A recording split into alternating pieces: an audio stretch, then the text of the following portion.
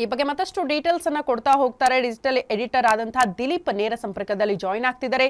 ದಿಲೀಪ್, ಈ ಹಿಂದೆಯೇ ಕೋರ್ಟ್ ಆದೇಶ ಕೊಟ್ಟರು, ಅದನ್ನ ಮೀರಿ ನಿಯಮಗಳನ್ನ ಮೀರಿ ಸಮಾವೇಶದ ಆಯೋಜನೆ, ತಪ್ಪು ಮಾಹಿತಿ ಕೊಡೋ ಮೂಲಕ ಪರ್ಮಿಷನ್ ಪಡೆದುಕೊಂಡು ಅತಿ ಹೆಚ್ಚಿನ ಜನರನ್ನ ಸೇರಿಸಿದ್ದು ಕೂಡ ಈ ಅವಘಡಕ್ಕೆ ಕಾರಣನಾ? ಈಗ ವಾಟ್ ನೆಕ್ಸ್ಟ್ ಅನ್ನುವಂತ ಪ್ರಶ್ನೆ. ವಿಜಯ್ ಅವರು ಕೂಡ ಬಹುತೇಕ ಅರೆಸ್ಟ್ ಆಗಬಹುದಾ ಈ ಪ್ರಕರಣಕ್ಕೆ ಸಂಬಂಧಪಟ್ಟಂತೆ? ಖಂಡಿತ ಶ್ರುತಿ, ಏನಂದರೆ ಈ ಒಂದು ಪ್ರಕರಣಕ್ಕೆ ಸಂಬಂಧಪಟ್ಟಂಗೆ ಒಂದು ನ್ಯಾಯಾಂಗ ತನಿಖೆ ನಡೆಸಬೇಕು ಅಂತ ಹೇಳ್ಬಿಟ್ಟು ಈಗಾಗಲೇ ಒಂದು ಸೂಚನೆಯನ್ನು ಕೊಡಲಾಗಿದೆ.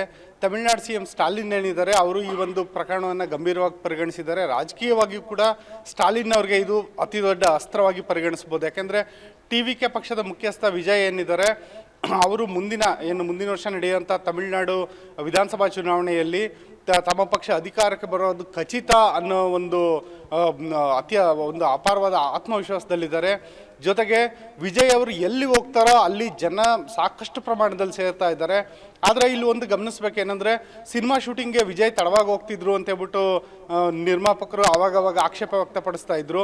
ಆದರೆ ಈ ಒಂದು ರಾಜಕೀಯ ಸಮಾವೇಶ ಇದೆಯಲ್ಲ, ಇದಕ್ಕೂ ಕೂಡ ವಿಜಯ್ ಅವರು ತಡವಾಗಿ ಬಂದಿದ್ದಾರೆ. ಅಂದರೆ ಕೇವಲ 1-2 ಗಂಟೆ ಅಲ್ಲ, ಸರಿಸುಮಾರು 6 ಗಂಟೆಗಳ ಕಾಲ ತಡವಾಗಿ ಬಂದಿದ್ದಾರೆ ಅಂತ ಹೇಳ್ಬಿಟ್ಟು ಮಾಹಿತಿ ಸಿಗ್ತಾ ಇದೆ.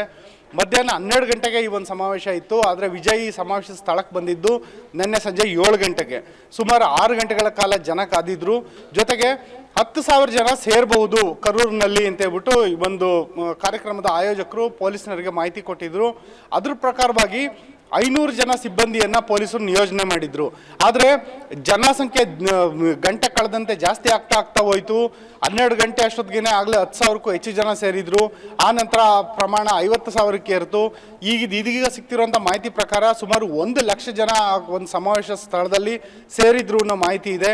ಜನ ಕಿಕ್ಕಿರು ತುಂಬಿದ್ರು. ಕೇವಲ 10,000 ಜನಕ್ಕಷ್ಟೇ ಅಲ್ಲಿ ಒಂದು ಸೇರೋದಕ್ಕೆ ಅವಕಾಶ ಇತ್ತು. ಆದರೆ 1 ಲಕ್ಷ ಜನ ಸೇರಿದಂಥ ಸಂದರ್ಭದಲ್ಲಿ ವಿಜಯ್ ಅವರು ಯಾವಾಗ ಬಂದು ಅವರು ತೆರೆದ ವಾಹನದಲ್ಲೇ ಭಾಷಣ ಮಾಡೋಕ್ಕೆ ಶುರು ಮಾಡಿದಂಥ ಸಂದರ್ಭದಲ್ಲಿ ಜನ ವಿಜಯ್ ಅವ್ರನ್ನ ನೋಡೋಕ್ಕೆ ನುಗ್ಗಲು ಮಾಡಿದ್ರು. ಜೊತೆಗೆ ಮಕ್ಕಳು ಮತ್ತು ಮಹಿಳೆಯರು ಹೆಚ್ಚಿನ ಪ್ರಮಾಣದಲ್ಲಿದ್ದರು. ಮಕ್ಕಳು ವಿಜಯ್ ಅವ್ರನ್ನ ನೋಡೋದಕ್ಕೆ ನಾಮುಂದು ತಾಮುಂದು ಅಂತ ಮುಂದೆ ನುಗ್ತಾ ಇದ್ರು. ಈ ಒಂದು ಸಂದರ್ಭದಲ್ಲಿ ಪೊಲೀಸ್ನವರು ವಿಜಯ್ ಅವರಿಗೆ ರಕ್ಷಣೆ ಕೊಡೋ ಒಂದು ಕಾರಣಕ್ಕೆ ಲಾಠಿ ಚಾರ್ಜ್ ನಡೆಸಿದಂಥ ಸಂದರ್ಭದಲ್ಲಿ ಈ ಕಾಲ್ತುಳಿತ ಉಂಟಾಗಿದೆ. ಈ ಒಂದು ಕಾಲ್ತುಳಿತದಲ್ಲಿ ಈಗ 38 ಜನ ನಿನ್ನೆವರೆಗೂ ಮೃತಪಟ್ಟಿದ್ದು. ಇವತ್ತು ಬೆಳಗ್ಗೆ ಒಂದು ಬಾಲಕನ ಸಾವಾಗಿದೆ. ಒಟ್ಟು 39 ಜನರ ಸಾವಾಗಿದೆ. ನೀವು ಗಮನಿಸ್ಬೋದು, ಈ ಹಿಂದೆ ಅಲ್ಲು ಅರ್ಜುನ್ ಅವರು ಥಿಯೇಟರ್ಗೆ ವಿಸಿಟ್ ಕೊಡೋಂಥ ಸಂದರ್ಭದಲ್ಲಿ ಹೈದರಾಬಾದ್ನಲ್ಲಿ ಕೂಡ ಇದೇ ರೀತಿ ಕಾಲ್ತುಳಿತ ಸಂಭವಿಸಿತ್ತು. ಅಲ್ಲು ಅರ್ಜುನ್ ಅವರು ಜೈಲ್ ಪಾಲಾಗಿದ್ರು.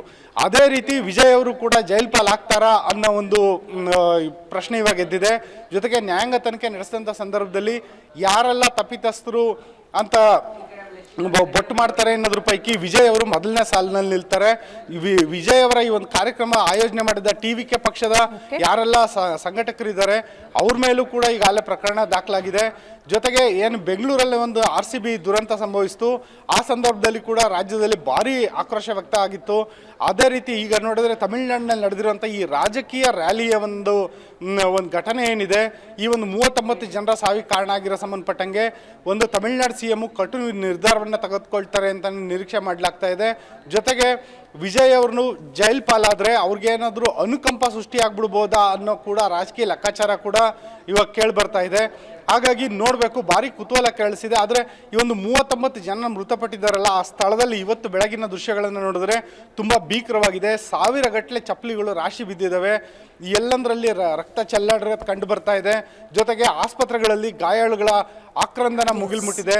ಮತ್ತು ಮೃತರ ಸಂಬಂಧಿಕರು ತಮ್ಮ ಮಕ್ಕಳನ್ನು ಕಳೆದುಕೊಂಡವರು, ತಮ್ಮ ಪತ್ನಿಯನ್ನು ಕಳೆದುಕೊಂಡವರು, ತಮ್ಮ ಪತಿಯನ್ನು ಕಳೆದುಕೊಂಡವರು ಎಲ್ಲರೂ ಗೋಳಿಡ್ತಾ ಇರೋಂಥ ದೃಶ್ಯ ನಿಜಕ್ಕೂ ಕರುಣಾಜನಕವಾಗಿದೆ. ಈ ಒಂದು ಸಂದರ್ಭದಲ್ಲಿ ವಿಜಯ್ ಅವರು ನನ್ನ ಹೃದಯ ಒಡೆದು ಛಿದ್ರವಾಗಿದೆ ಅಂತ ಹೇಳ್ಬಿಟ್ಟು ಟ್ವೀಟ್ ಮಾಡಿದ್ದಾರೆ. ಆದರೆ ಇದುವರೆಗೂ ಕರೂರಿಗೆ ಅವರು ಭೇಟಿ ಕೊಟ್ಟಿಲ್ಲ. ಈ ಒಂದು ದುರಂತ ನಡೆದಂಥ ಸಂದರ್ಭದಲ್ಲಿ ಯಾರೆಲ್ಲ ಮೃತಪಟ್ಟರು ಅವ್ರಿಗೆಲ್ಲ ಸಾಂತ್ವನ ಹೇಳೋದಕ್ಕೆ ವಿಜಯ್ ಅವರು ಬರ್ತಾರ ಕರೂರ್ಗೆ ಅನ್ನೋ ನಿರೀಕ್ಷೆಯಲ್ಲಿ ಕೂಡ ಜನ ಇದ್ದಾರೆ. ಸರ್ಕಾರ ಏನೋ 10 ಲಕ್ಷ ರೂಪಾಯಿ ಪರಿಹಾರ ಘೋಷಣೆ ಮಾಡಿದೆ. ಆದರೆ ವಿಜಯ್ ಅವರ TVK ಪಕ್ಷದ ಪರವಾಗಿ ಏನೆಲ್ಲ ಆಗುತ್ತೆ ಅಂತ ನೋಡಬೇಕಾಗಿದೆ. ಓಕೆ ದಿಲೀಪ್, ಧನ್ಯವಾದಗಳು ತಮ್ಮೆಲ್ಲ ಮಾಹಿತಿಗೆ.